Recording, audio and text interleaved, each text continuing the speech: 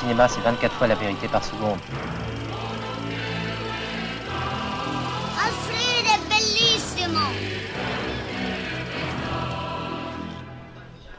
Pour le festival Indépendance et Création, chaque nouvelle édition est un nouveau défi.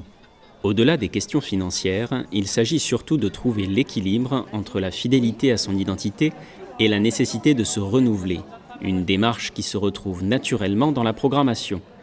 Après une période où les films dressaient le constat du monde, les cinéastes proposent cette année des œuvres pleines de vie qui, sans nier les difficultés, nous invitent à trouver les moyens de les dépasser.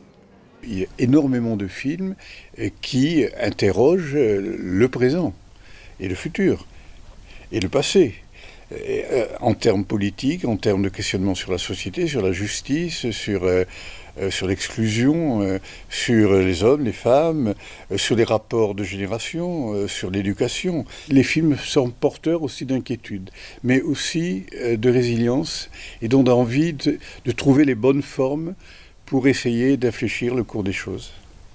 Dans le cinéma, si on peut, et ailleurs, ce qui n'est pas plus facile. Premier de ces films qui invitent à faire bouger les choses, Les Invisibles faisait l'ouverture. En se penchant sur le quotidien d'un foyer d'accueil pour femmes SDF, Louis-Julien Petit s'attaquait pourtant à un sujet périlleux. Mais en mettant l'accent sur la force et l'humour de ces femmes, il nous invite à changer notre regard sur les laissés pour compte et rend hommage aux travailleurs sociaux. Des gens qui en fait se battent vraiment en se disant c'est possible de réussir, c'est possible, une réinsertion est possible, qui se battent contre cette logique horrible qui est pas de logement, pas de travail, pas de logement, et qui en même temps sont là tous les jours, se prennent une marée humaine tous les jours, et qui arrivent à garder le sourire et à se dire c'est possible, et en même temps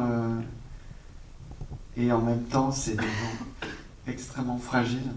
Entre émotion et éclat de rire, ce film d'ouverture a donné le ton d'une 21e édition engagée et plus que jamais combattante.